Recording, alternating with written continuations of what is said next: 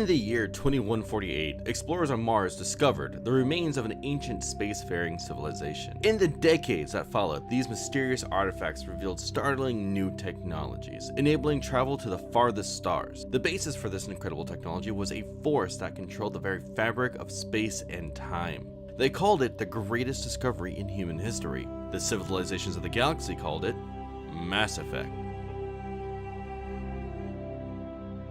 For many, Mass Effect was very prominent. Starting with the first Mass Effect in 2007, it was a title that quickly grew in the hearts of many, including myself. It had everything I loved in the story: action, adventure, romance, and an ever-looming threat. It was one of the earlier games I ever picked up for the Xbox 360. The sci-fi had a vast amount of lore, ranging from incredible races to the galactic culture down to the important details of every planet in the game, which isn't something to take lightly, I might add, because there's dozens of planets in that game. At the end of the first game, this title gained a massive following. I was definitely among the millions. Mass Effect 2 saw me at a midnight release, which is a very rare event if I'm being honest, and it didn't disappoint. If anything, the game made me question things about myself. Who am I? What would I do to protect the galaxy? How far would I go? And the ending, with the possibilities of your teammates dying, made me think long and hard about my choices. You may think that's silly, and that's fine, but these were characters that spoke to me, events that made me think, regrets that I endured. When the second game ended, I was left wanting more, just like at the end of the first title. Luckily, I was not alone. Hi, I'm Ren with Smeltin Pot, and right now it brings me great pleasure to show you Santos's Mass Effect D20. I first stumbled upon this conversion on a forum site, which is linked down below in the description. Because the series itself had such an impact on me, I wanted it to be one of the first things that we took a look at.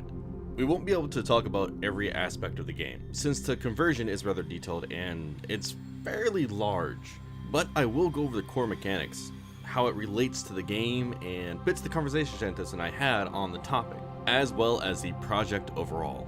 On that note, I would like to give a big personal shout out to Mr. Santos for actually allowing us to do this for our first episode in this hopefully long series. So thank you for enduring my questions, Mr. Santos. It's much appreciated, and I hope this episode does you justice. Now then, before we can truly begin, I need to go ahead and admit that I am not an expert by any means on every subject here. So if there was a mistake or something that you noticed, please just let me know in the comments down below, and or message us personally here or on our Twitter page, doesn't matter where, and I will try to make sure that it gets pinned and or added into the description. With that said, let's start. This is a D20 conversion. What does that mean? Well, it uses the open game license, which was created by the Wizards of the Coast for the base system. If you're familiar with Dungeons & Dragons 3.5 system, then you'll be familiar with this conversion for the most part. If not, don't worry, the rulebook does go into details about that as well. I could go into even more details about the OGL, which is the open game license, but really I'd be here for a while. The short story is that the OGL is used by many gaming companies, mostly pen and paper games, as the basis for the course. The core rulebook for the Mass Effect D20 was very well put together, and you can certainly see the passion that went into making it. Much of the art was taken from several of the concept books released for the games, as well as some custom arts by different artists.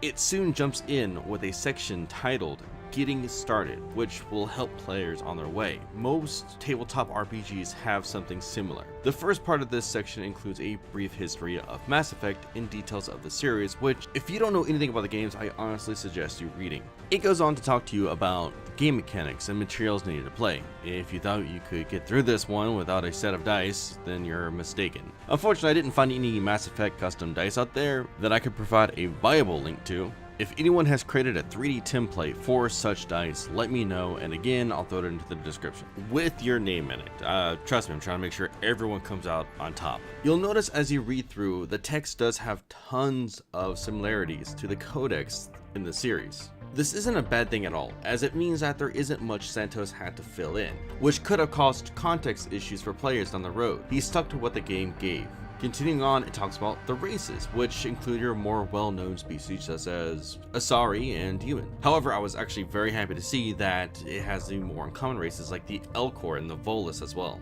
It features the 6 classes which were used in the entirety of the system, as well as some race-specific classes like the Asari Huntress. For those that don't know what these 6 classes are, they're the Adept, the Engineer, the Infiltrator, the Sentinel, the Soldier, and the Vanguard. The classes are done in the classic level 1 to 20 style. You could multi-class of course, but there are some rules. Now you might start thinking to yourself, what's the point of multi-classing in a Mass Effect style game? There's the ups and downs of course with every multi-classing, but the option is there. There are 3 types of specializations in the game. There's Tech, Combat, and Biotics. Each time you level up in a certain class, it gives you a certain amount of specializations that you can spend. That way you can kind of choose what you want to build towards.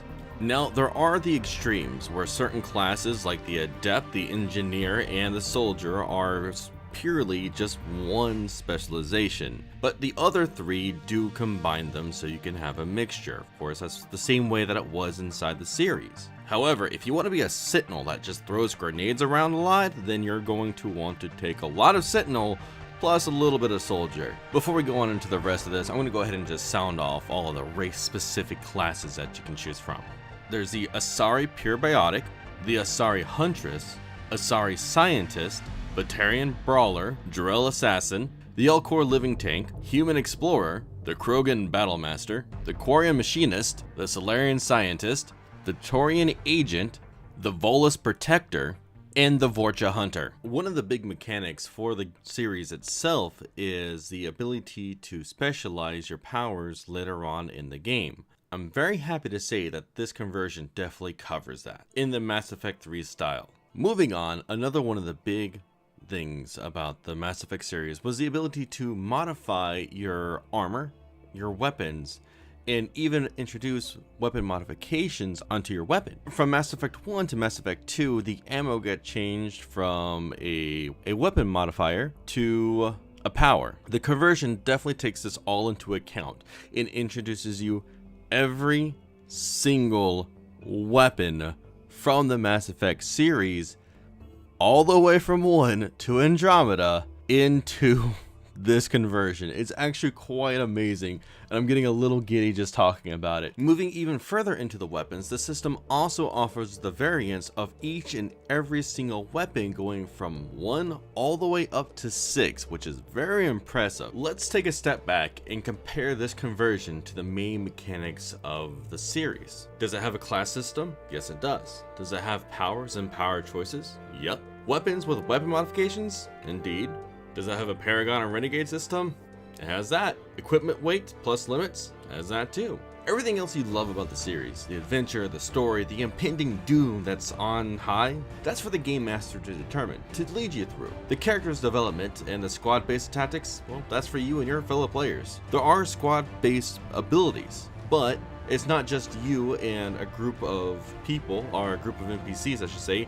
It's you plus your friends, or you plus your frenemies, whoever. This project was years in the making, and I'm very, very pleased to say that it covers mostly every single detail, every core mechanic that the series offers. If you'd like to take a look at this vast amount of effort done by Santos and many others, then I've provided a link down below to the website that this is all hosted on.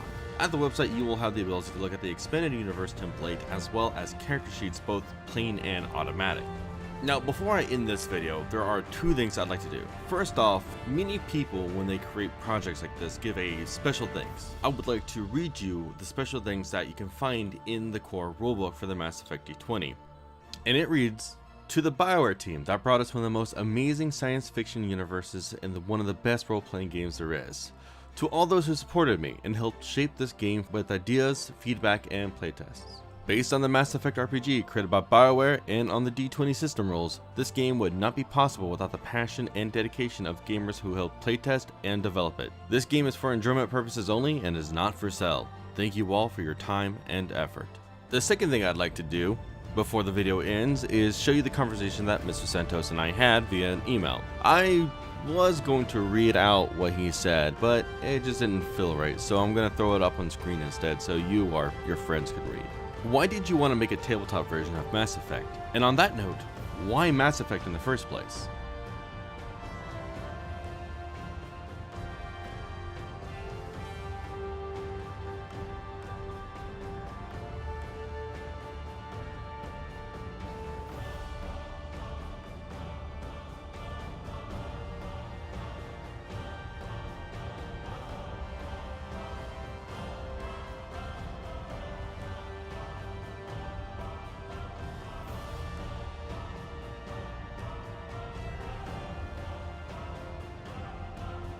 When Mass Effect 3 came out, where were you in the conversion, and did it affect your work? Did you suddenly see the Reaper enemies and go, geez, this changes everything, and have to go fix it again?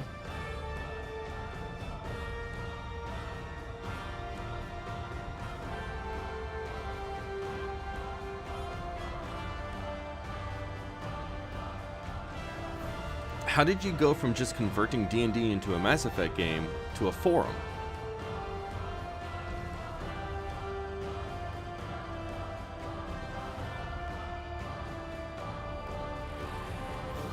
What were some of the criticisms you got about the project?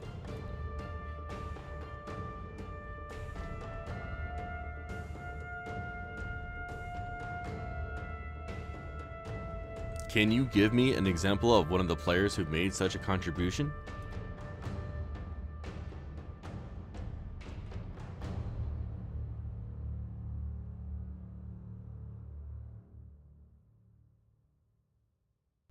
When I was originally doing research into your system, I found a post, and a big one at that, about an artist. You sounded so excited when you found help in that regards. I'm pretty sure it's safe to assume that without aid from people, projects like these are very difficult. What were some of the best and worst times when working on this?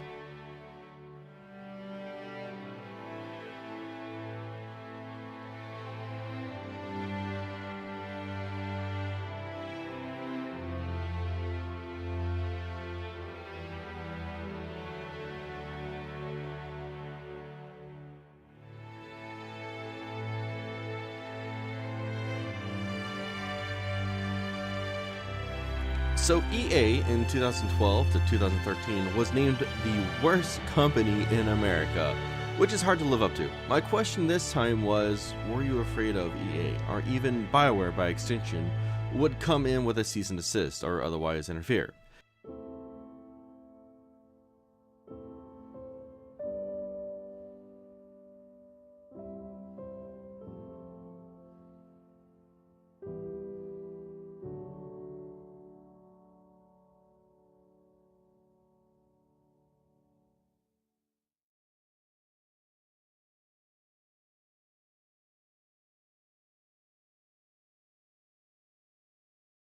As well, what is your relation with BIOWare? By this I mean, how do you feel about them as a company?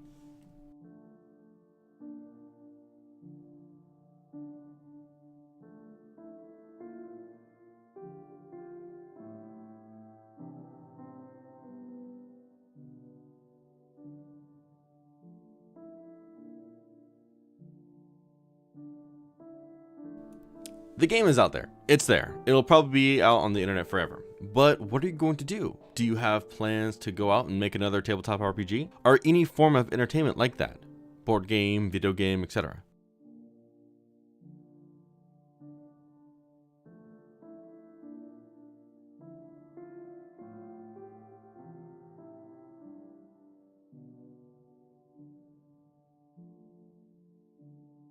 What did the Mass Effect series do for you? Follow-up question, what do you think you've done for BIOWare?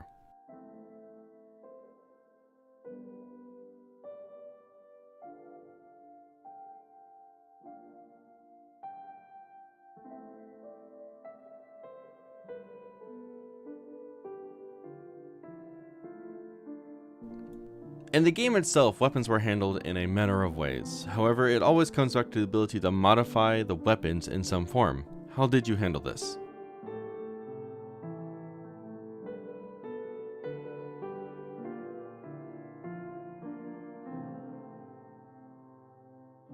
One of the staples of the game is the Paragon Renegade options everyone's come to know, excluding Andromeda. Does your system have something similar? Does it give you, like in the game itself, more options later on down the road for the players?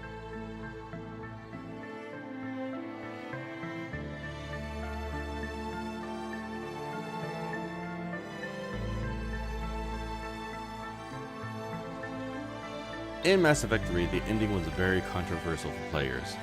Did this affect anything for your system? Do you feel players can have a setting go beyond any of the endings? And if so, what setting would you give them to do so from a DM's point of view?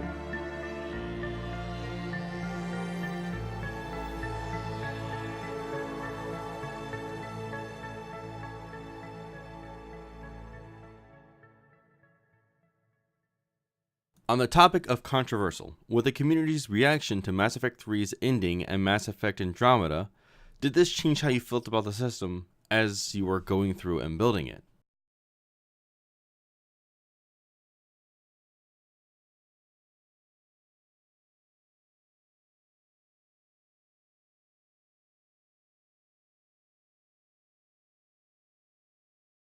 Mass Effect through the series saw a lot of changes, most notably I want to say in combat. You started at the end of Mass Effect 2 and continued to work on the system as you went. Did the combat change as well?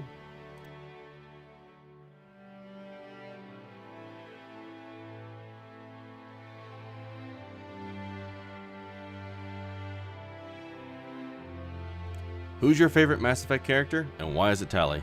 No need to be ashamed, she's obviously the superior romance option.